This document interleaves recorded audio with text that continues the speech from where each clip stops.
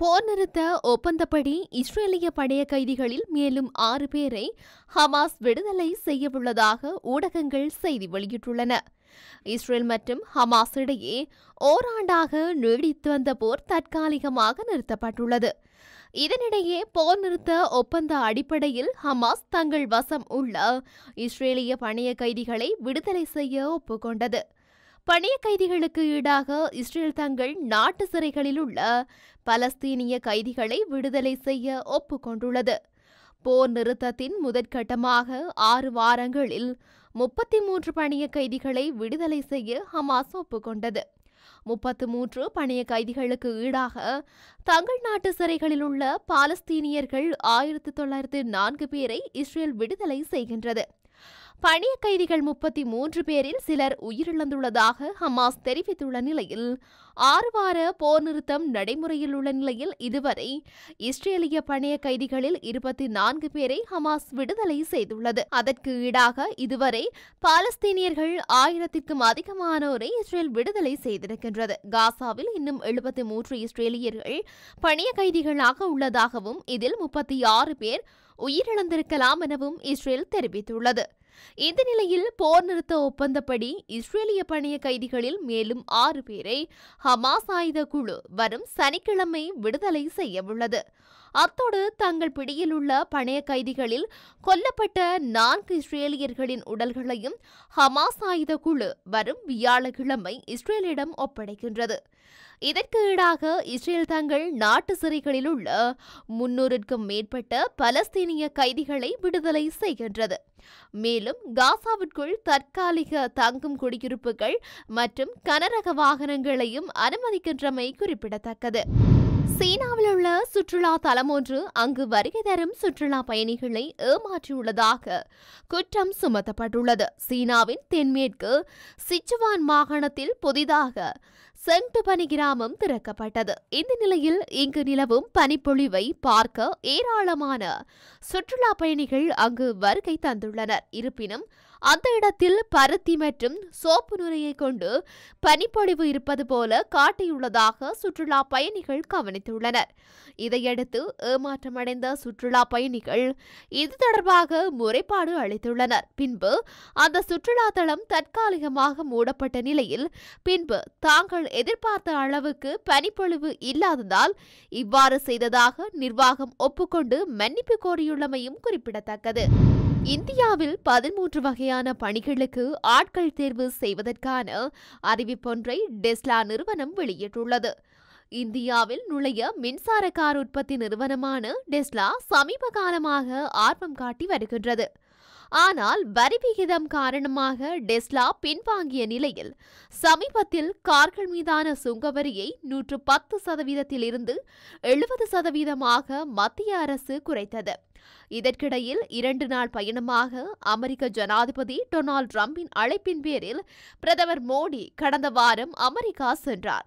அங்கு space X மற்றும் Tesla நிறுவனத்தின் உரிமையாளர்களான எலான் மஸ்குடன் மோடியின் சந்திப்பு நிகழ்ந்தது. இந்த நிலையில் இந்தியாவில் நுழைவதற்கான ஆரம்பகட்ட பணிகளை டெஸ்லா நிறுவனம் தொடங்கியுள்ளது.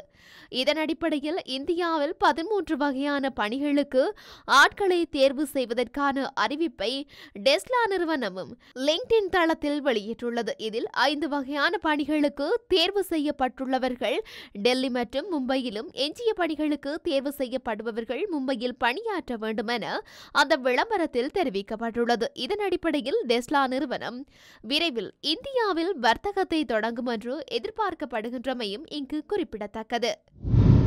பாப்பரசர் பிரான்சிஸ் சிக்கலான மருத்துவ நிலைமைக்கு சிகிச்சை பெற்று வருகின்றார். மேலும் தேவையானவரை மருத்துவமனையில் இருப்பார் என்றும் வத்திக்கான் தெரிவித்துள்ளது. புனித திருத்தந்தை பிரான்சிஸ் சமீபத்தில் ரோமில் உள்ள ஜெமில்லி மருத்துவமனையில் சிகிச்சைக்காகவும் மூச்சுக்குழாய் அழற்சி குறித்த கூடுதல் பரிசோதனைக்காகவும் அனுமதிக்கப்பட்டார். சோதனைகளில் சுவாச தொற்று இருப்பது தெரிய வந்ததால் அவரது உடல்நிலை தற்போது மிகவும் மோசமாக இருப்பதாக வெளிநாட்டு ஊடகங்கள் தெரிவிக்கின்றன. எனினும் பாப்பரசர் நல்ல மனநிலையில் இருப்பதாக வத்திக்கான் செய்தி தொடர்பாளர் மேட்டியோ புரணி கூறினார். 88 வயதான பாப்பரசர் பிரான்சிஸ் வெள்ளிக்கிழமை திடீரென உடல்நிலை பாதிக்கப்பட்டதை அடுத்து வத்திக்கானில் உள்ள வைத்தியசாலையில் சிகிச்சைக்காக அனுமதிக்கப்பட்டார். அங்கு அவருக்கு மேற்கொண்ட பரிசோதனையில் நுரையீரலில் தொற்று பாதிப்பு இருப்பதாக வைத்தியர்கள் தெரிவித்தனர். இதையடுத்து மேலதிக சிகிச்சைக்காக இத்தாலியின் ரோமில் உள்ள வைத்தியசாலையில் அனுமதிக்கப்பட்ட பாப்பரசர் பிரான்சிஸுக்கு மருத்துவ சிகிச்சை அளிக்கப்பட்டு வருகின்றமையும் குறிப்பிடத்தக்கது. பல தரப்பிலிருந்து எதிர்ப்பு கிளம்பியதை அடுத்து நூற்றுக்கணக்கான அமெரிக்க அணு ஆயுத திட்ட பணியாளர்களை மீண்டும் பணியமர்த்த ஜனாதிபதி ட்ரம்ப் நிர்வாகம் முடிவு செய்துள்ளது. அமெரிக்க ஜனாதிபதியாக ஜனவரி 20 ட்ரம்ப் பொறுப்பேற்றார். அவரது அரசில் எக்ஸ் சமூக ஊடகத்தின் தலைவரும் பிரபல தொழிலதிபருமான எலான் மஸ்க் தலைமையில் பணித்திறன் துறை அமைக்கப்பட்டுள்ளன. இந்த துறை அரசின் செலவினத்தை குறைக்கும் நடவடிக்கைகளை மேற்கொண்டு வருகின்றது. அந்த வகையில் சமீபத்தில் நூற்றுக்கணக்கான அமெரிக்க அணு ஆயுத திட்ட பணியாளர்கள் திடீரென கடந்த வாரம் பணியிலிருந்து நிறுத்தப்பட்டனர். பணியிலிருந்து நிறுத்தப்பட்டதாக பலருக்கும் மெயில்கள் அனுப்பப்பட்டன. அவற்றை படிக்காமல் அலுவலகம் வந்தவர்கள் உள்ளே செல்ல அனுமதிக்கப்படாமல் ஏமாற்றத்துடன் வீடு திரும்பினர். பணியிலிருந்து நிறுத்தப்பட்டோரில் 30% அதிகமானோர் டெக்சாஸ் மாகாணத்தின் அமரில்லோ நகருக்கு அருகிலுள்ள பாண்டெக்ஸ் பிளான்ட் என்ற பெடரல் நிறுவனத்தை சேர்ந்தவர்கள். பணியிலிருந்து திடீரென நிறுத்தப்பட்ட பலர் அணு ஆயுத திட்டத்தில் முக்கிய பொறுப்புகளில் உள்ளவர்கள். அவர்கள் திடீரென பணியிலிருந்து நிறுத்தப்பட்டுள்ளதால் அமெரிக்காவின் அணு ஆயுத திட்டங்கள் குறித்து கேள்வி எழுந்துள்ளது. எதிர்காலத்தில் அமெரிக்காவின் செயல் திட்டங்கள் குறித்த அச்சமும் எழுந்துள்ளது.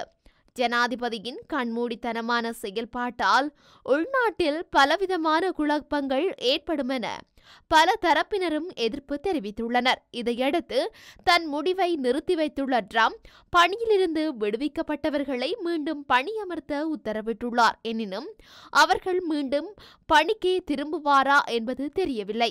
அவர்களின் கருத்தை கேட்க முடியவில்லை என அமெரிக்க செய்தி நிறுவனம் ஒன்று தெரிவித்துள்ளது.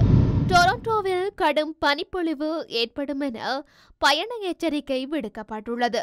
எதிர்வரும் புதன்கிழமை, வியாழன், சனி மற்றும் ஞாயிற்றுக்கிழமைகளில் இவ்வாறு கடும் பனிப்பொழிவு நிலைமை நீடிக்கும் என எதிர்வு கூறப்பட்டுள்ளது. கனேடிய சுற்றாடல் திணைக்களத்தினால் இது தொடர்பில் பயண அறிவுறுத்தல் விடுக்கப்பட்டுள்ளது. கடந்த வாரத்தில் அடுத்தடுத்து 2 பனிப்புயல் தாக்கங்கள் பதிவாகியிருந்தமையும் குறிப்பிடத்தக்கது. டொரண்டோ பெரும்பாக பகுதியின் அதிவேக நெடுஞ்சாலைகளில் 100க்கும் மேற்பட்ட வாகன விபத்துக்கள் இந்த வார இறுதியில் பதிவாகியிருந்ததாக தெரிவிக்கப்படுகின்றது. இன்றைய தினம் 4 முதல் 8 சென்டிமீட்டர் வரையில் பனிப்பொழிவு ஏற்படும் என எதிர்வு கூறப்பட்டுள்ளது. பனிப்பொழிவினை அகற்றும் நடவடிக்கைகள் பொழுது எடுக்கப்பட்டு வருவதாக அதிகாரிகள் தெரிவிக்கின்றனர்.